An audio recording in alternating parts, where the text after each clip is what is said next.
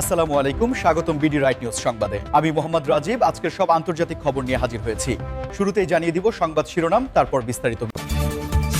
শান্তি প্রতিষ্ঠার জন্যই ইরানের সঙ্গে যুদ্ধ নেতানিয়াহু।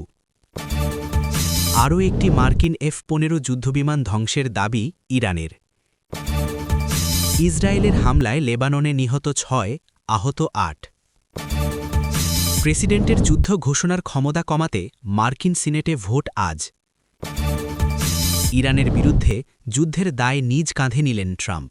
আসসালামু আলাইকুম, স্বাগতম জানাচ্ছি বিডি রাইট নিউজ সংবাদে। আমি মোহাম্মদ রাজীব। এতক্ষণ শুনছিলেন সংবাদ শিরোনাম, এবার বিস্তারিত। ইসরায়েলের শীর্ষ পর্যায় থেকে দেওয়া এই বিবৃতিটি আন্তর্জাতিক রাজনীতিতে একটি সম্পূর্ণ নতুন আলোচনার জন্ম দিয়েছে, যা সারা বিশ্বের সংবাদ মাধ্যমে এই মুহূর্তে শিরোনাম হিসেবে জায়গা করে নিয়েছে। শান্তি প্রতিষ্ঠার জন্য সংঘাতের পথ বেছে নেওয়া যে দাবিটি করা হয়েছে, তা নিয়ে বিশ্বজুড়ে আন্তর্জাতিক সম্পর্ক বিশ্লেষক, মানবাধিকার কর্মী এবং সাধারণ মানুষের মধ্যে ব্যাপক মিশ্র প্রতিক্রিয়া দেখা যাচ্ছে। একদিকে যেমন কিছু বিশ্লেষক বলছেন যে দীর্ঘস্থায়ী আঞ্চলিক স্থিতিশীলতা নিশ্চিত করার জন্য এবং ভবিষ্যতের যে কোনো ধরনের হুমকি চিরতরে নির্মূল করার জন্য একটি চূড়ান্ত সমাধানের প্রয়োজন, অন্যদিকে সমালোচকরা জোরালোভাবে যুক্তি দিচ্ছেন যে এ ধরনের কঠোর পদক্ষেপ পরিস্থিতিকে আরও জটিল এবং অস্থিতিশীল করে তুলতে পারে। আপনারা যারা আন্তর্জাতিক রাজনীতির এবং ভূরাজনৈতিক সমীকরণের নিয়মিত খোঁজখবর রাখেন, তারা নিশ্চয়ই জানেন যে মধ্যপ্রাচ্যের এই দীর্ঘদিনের টানাপড়নের পেছনে অনেক ঐতিহাসিক, রাজনৈতিক এবং অর্থনৈতিক কারণ গভীরভাবে জড়িয়ে রয়েছে। আজকের এই গ্লোবালাইজেশনের যুগে বা পরিবর্তিত বিশ্ব ব্যবস্থায় কোনো একটি নির্দিষ্ট অঞ্চলে নতুন করে অস্থিরতা তৈরি হলে তার প্রভাব শুধু ওই নির্দিষ্ট অঞ্চলেই সীমাবদ্ধ থাকে না, বরং গোটা বিশ্বের অর্থনীতি, বিশেষ করে গ্লোবাল সাপ্লাই চেইন, জ্বালানি তেলের বাজার এবং আন্তর্জাতিক সমুদ্র বাণিজ্য পথে এর অত্যন্ত গভীর এবং সুদূরপ্রসারী প্রভাব পড়ে। এই মুহূর্তে বৈশ্বিক অর্থনীতি যখন করোনা পরবর্তী এবং অন্যান্য বৈশ্বিক সংঘাতের কারণে নানামুখী চ্যালেঞ্জের মধ্য দিয়ে যাচ্ছে, তখন এই ধরনের নতুন সংঘাতপূর্ণ পরিস্থিতি সরবরাহ ব্যবস্থায় বড় ধরনের বিঘ্ন ঘটাতে পারে বলে অর্থনীতিবিদরা চরম আশঙ্কা প্রকাশ করছেন। আপনাদের কি মনে হয়, সংঘাতের মাধ্যমে কি সত্যিই দীর্ঘমেয়াদী শান্তি প্রতিষ্ঠা করা সম্ভব, নাকি আলোচনার টেবিলেই প্রকৃত শান্তি আসে? আপনারা আপনাদের মূল্যবান এবং গঠনমূলক মতামত আমাদের কমেন্ট বক্সে জানাতে পারেন। এই ধরনের জটিল পরিস্থিতি সাধারণত কূটনীতির টেবিলেই সবচেয়ে ভালোভাবে এবং স্থায়ীভাবে সমাধান করা যায় বলে বিশ্বের অনেক প্রথম সারির আন্তর্জাতিক সম্পর্ক বিশ্লেষক মনে করেন। জাতিসংঘসহ বিভিন্ন আন্তর্জাতিক শান্তি রক্ষাকারী সংস্থাগুলো এই অঞ্চলে স্থিতিশীলতা ফিরিয়ে আনার জন্য দীর্ঘদিন ধরে নিরলসভাবে কাজ করে যাচ্ছে। সামরিক প্রযুক্তি প্রদর্শন এবং আধুনিক সমরাস্ত্রের যে অঘোষিত প্রতিযোগিতা চলমান রয়েছে, সেখানে এই দাবিটি অত্যন্ত তাৎপর্যপূর্ণ এবং গভীরভাবে বিশ্লেষণ করার মতো একটি বিষয়। আধুনিক সামরিক প্রযুক্তি এবং এভিয়েশন সেক্টরে F-15 যুদ্ধবিমান একটি অত্যন্ত শক্তিশালী, বহুমুখী এবং উন্নত আকাশযান হিসেবে সারা বিশ্বে পরিচিত, যার ভূপাতিত হওয়ার খবর বা এমন কোনো দাবি স্বাভাবিকভাবেই বিশ্ব গণমাধ্যমে ব্যাপক আলোড়ন সৃষ্টি করেছে। এই দাবির সত্যতা নিয়ে যদিও স্বাধীন কোনো আন্তর্জাতিক সূত্র বা মার্কিন সামরিক কর্তৃপক্ষের তরফ থেকে তাৎক্ষণিক কোনো যাচাই বা নিশ্চিতকরণ সম্ভব হয়নি, তবে এটি অত্যন্ত স্পষ্ট যে এই ধরনের খবর আধুনিক তথ্যযুদ্ধের একটি বড় এবং কার্যকরী হাতিয়ার। শীর্ষস্থানীয় সামরিক বিশ্লেষকদের মতে এই ধরনের দাবি অনেক সময় নিজ দেশের নাগরিকদের মনোবল চাঙ্গা করতে, সামরিক বাহিনীর সক্ষমতা প্রমাণ করতে এবং প্রতিপক্ষকে মানসিক চাপে রাখার জন্য অত্যন্ত সুকৌশলে করা হয়ে থাকে। আপনারা যারা আধুনিক সামরিক সরঞ্জাম, র্যাডার প্রযুক্তি এবং প্রতিরক্ষা ব্যবস্থা নিয়ে আগ্রহী বা পড়াশোনা করেন, তারা জানেন যে আধুনিক যুদ্ধবিমানগুলোতে অত্যন্ত উন্নত প্রযুক্তির র্যাডার ফাঁকি দেওয়ার ব্যবস্থা এবং মিসাইল ডিফেন্স সিস্টেম থাকে। তা সত্ত্বেও যদি এই ধরনের ঘটনা সত্যিই ঘটে থাকে, তবে তা প্রমাণ করে যে আকাশ প্রতিরক্ষা ব্যবস্থাও কতটা আধুনিক, যুগোপযোগী এবং নিখুঁত হয়ে উঠেছে। এই ঘটনাটি শুধু সামরিক বা কৌশলগত দিক থেকেই নয়, বরং কূটনৈতিক দৃষ্টিকোণ থেকেও অত্যন্ত সংবেদনশীল একটি বিষয়, কারণ এটি এই অঞ্চলে পরাশক্তিগুলোর সামরিক উপস্থিতিকে সরাসরি চ্যালেঞ্জ করা শামিল, যা বিশ্ব রাজনীতির হিসাব নিকাশ পাল্টে দিতে পারে। এর ফলে মার্কিন প্রশাসন হয়তো এই অঞ্চলে তাদের সামরিক কৌশল, আকাশসীমার নিরাপত্তা এবং সৈন্য মোতায়েন সংক্রান্ত সিদ্ধান্তগুলো পুনর্মূল্যায়ন করতে বাধ্য হতে পারে। আপনাদের কি মনে হয়, এই ধরনের প্রযুক্তিগত এবং আকাশসীমা কেন্দ্রিক সংঘাত কি ভবিষ্যতে বিশ্ব রাজনীতিতে আরও বাড়বে?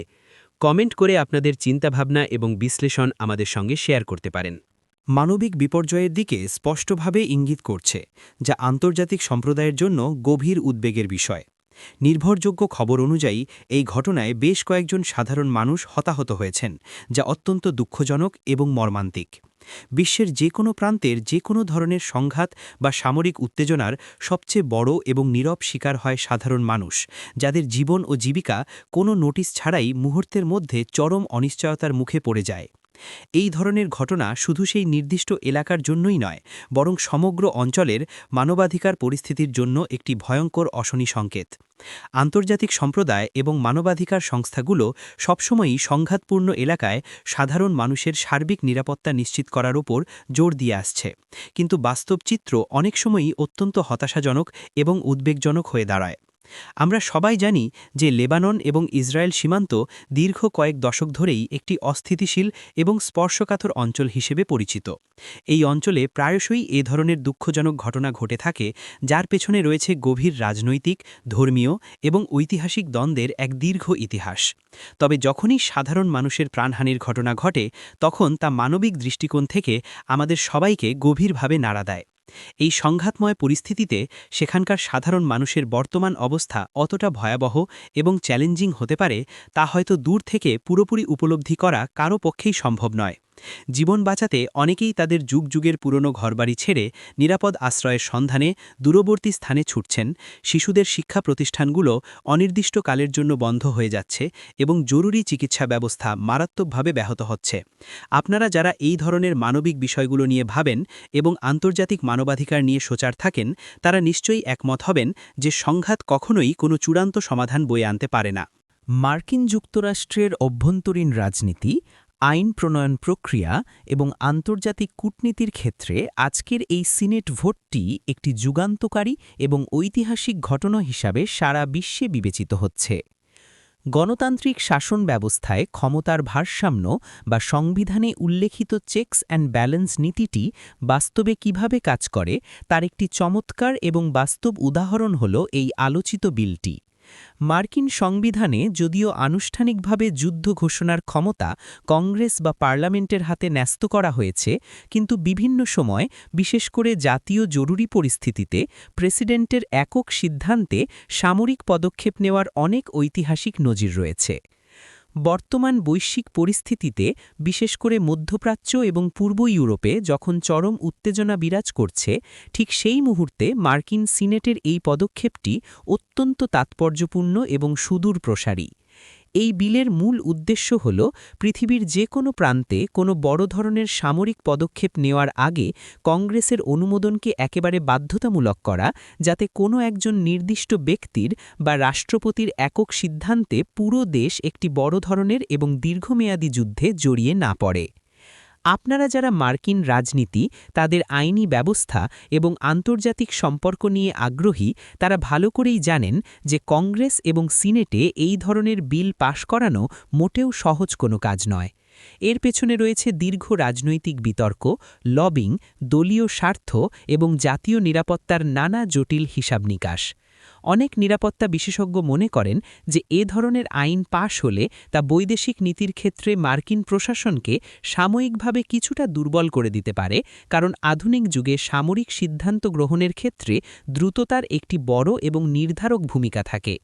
আবার অন্যদিকে নাগরিক অধিকার নিয়ে যারা কাজ করেন এবং যারা শান্তিপ্রিয়, তারা দৃঢ়ভাবে মনে করেন জনগণের নির্বাচিত প্রতিনিধিদের মতামত বা ভোটাভুটি ছাড়া যুদ্ধে জড়ানোর ক্ষমতা থাকাটা গণতান্ত্রিক মূল্যবোধের সঙ্গে সম্পূর্ণ সাংঘর্ষিক।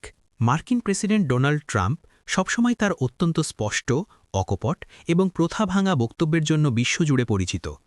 এবারও তার কোনো ব্যতিক্রম হল না, যখন তিনি সরাসরি একটি অত্যন্ত স্পর্শকাতর ভূরাজনৈতিক উত্তেজনার এবং সামরিক পদক্ষেপের সম্পূর্ণ দায় অবলীলায় নিজের কাঁধে তুলে নিলেন।